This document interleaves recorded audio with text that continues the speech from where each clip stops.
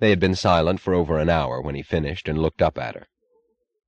"But this is extraordinary," he said in the joyous, astonished tone of announcing some news she had not expected. She wished she could smile in answer, and grant him the comradeship of a joy celebrated together. But she merely nodded and said coldly, "Yes." "But, Miss Taggart, this is tremendous." "Yes." "Did you say it's a matter of technology?" "It's more, much, much more than that. The pages where he writes about his converter, you can see what premise he's speaking from. He arrived at some new concept of energy. He discarded all our standard assumptions according to which his motor would have been impossible. He formulated a new premise of his own, and he solved the secret of converting static energy into kinetic power. Do you know what that means? Do you realize what a feat of pure, abstract science he had to perform before he could make his motor?" "Who?" she asked quietly. "I beg your pardon?" "That was the first of the two questions I wanted to ask you, Dr. Stadler. Can you think of any young scientist you might have known 10 years ago who would have been able to do this?" He paused, astonished. He had not had time to wonder about that question. "No," he said slowly, frowning. "No, I can't think of anyone. And that's odd, because an ability of this kind couldn't have passed unnoticed anywhere. Somebody would have called him to my attention. They always sent promising young physicists to me. Did you say you found this in the research laboratory of a plain commercial motor factory?" "Yes." "That's odd. What was he doing in such a place?" "Designing a motor." "That's what I mean. A man with the genius of a great scientist who chose to be a commercial inventor? I find it outrageous.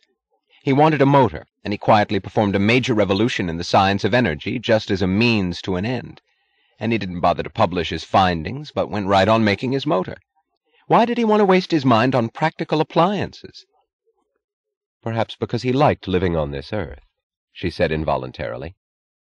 "I beg your pardon?" "No, I'm sorry, Dr. Stadler. I did not intend to discuss any irrelevant subject." He was looking off, pursuing his own course of thought. Why didn't he come to me? Why wasn't he in some great scientific establishment where he belonged? If he had the brains to achieve this, surely he had the brains to know the importance of what he had done. Why didn't he publish a paper on his definition of energy? I can see the general direction he'd taken, but God damn him, the most important pages are missing. The statement isn't here. Surely somebody around him should have known enough to announce his work to the whole world of science. Why didn't they? How could they just abandon a thing of this kind? These are the questions to which I found no answers. And besides, from the purely practical aspect, why was that motor left in a junk pile? You'd think any greedy fool of an industrialist would have grabbed it in order to make a fortune. No intelligence was needed to see its commercial value. She smiled for the first time, a smile ugly with bitterness. She said nothing. "You found it impossible to trace the inventor?" he asked. "Completely impossible, so far." "Do you think that he is still alive?" "I have reason to think that he is, but I can't be sure." "Suppose I tried to advertise for him?" "No, don't." "But if I were to place ads in scientific publications, and have Dr. Ferris—" He stopped. He saw her glance at him as swiftly as he glanced at her. She said nothing, but she held his glance. He looked away and finished the sentence, coldly and firmly. "And have Dr. Ferris broadcast on the radio that I wish to see him. Would he refuse to come?" "Yes, Dr. Stadler, I think he would refuse." He was not looking at her. She saw the faint tightening of his facial muscles, and simultaneously the look of something going slack in the lines of his face. She could not tell what sort of light was dying within him, nor what made her think of the death of a light. He tossed the manuscript down on the desk with a casual, contemptuous movement of his wrist. Those men who do not mind being practical enough to sell their brains for money ought to acquire a little knowledge of the conditions of practical reality. He looked at her with a touch of defiance, as if waiting for an angry answer. But her answer was worse than anger. Her face remained expressionless, as if the truth or falsehood of his convictions were of no concern to her any longer.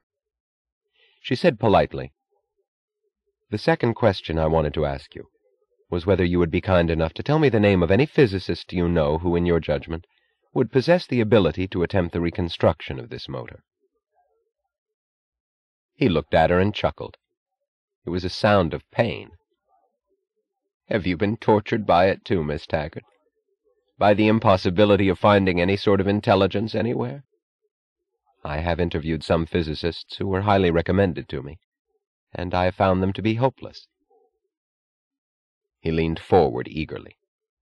Miss Taggart, he asked, did you call on me because you trusted the integrity of my scientific judgment? The question was a naked plea. Yes, she answered evenly. I trusted the integrity of your scientific judgment.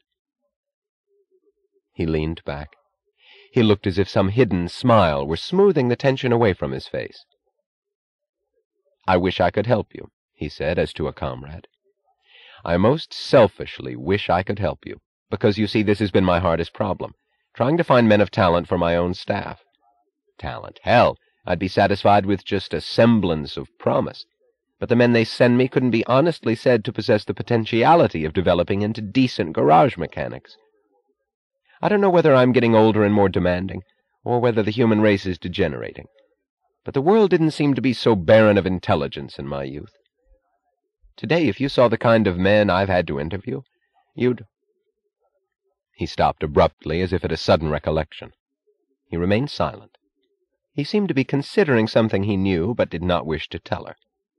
She became certain of it when he concluded brusquely, in that tone of resentment which conceals an evasion. No, I don't know anyone I'd care to recommend to you. That was all I wanted to ask you, Dr. Stadler, she said. Thank you for giving me your time. He sat silently still for a moment, as if he could not bring himself to leave. Miss Taggart, he asked, could you show me the actual motor itself? She looked at him astonished. Why, yes, if you wish, but it's in an underground vault down in our terminal tunnels. I don't mind if you wouldn't mind taking me down there. I have no special motive, it's only my personal curiosity. I would like to see it, that's all. When they stood in the granite vault, over a glass case containing a shape of broken metal, he took off his hat with a slow, absent movement, and she could not tell whether it was the routine gesture of remembering that he was in a room with a lady, or the gesture of bearing one's head over a coffin. They stood in silence in the glare of a single light refracted from the glass surface to their faces. Train wheels were clicking in the distance, and it seemed at times as if a sudden sharper jolt of vibration were about to awaken an answer from the corpse in the glass case. It's so wonderful, said Dr. Stadler, his voice low. It's so wonderful to see a great, new, crucial idea which is not mine. She looked at him, wishing she could believe that she understood him correctly. He spoke in passionate sincerity, discarding convention, discarding concern for whether it was proper to let her hear the confession of his pain, seeing nothing but the face of a woman who was able to understand. Miss Taggart, do you know the hallmark of the second-rater? It's resentment of another man's achievement. Those touchy mediocrities who sit trembling lest someone's work prove greater than their own, they have no inkling of the loneliness that comes when you reach the top, the loneliness for an equal, for a mind to respect, and an achievement to admire. They bare their teeth at you from out of their rat-holes, thinking that you take pleasure in letting your brilliance dim them, while you'd give a year of your life to see a flicker of talent anywhere among them. They envy achievement, and their dream of greatness is a world where all men have become their acknowledged inferiors. They don't know that that dream is the infallible proof of mediocrity, because that sort of world is what the man of achievement would not be able to bear. They have no way of knowing what he feels when surrounded by inferiors. Hatred? No, not hatred, but boredom. The terrible, hopeless, draining, paralyzing boredom. Of what account are praise and adulation from men whom you don't respect? Have you ever felt the longing for someone you could admire? For something not to look down at, but up to? I felt it all my life, she said. It was an answer she could not refuse him. "I know," he said, and there was beauty in the impersonal gentleness of his voice. "I knew it the first time I spoke to you. That was why I came today."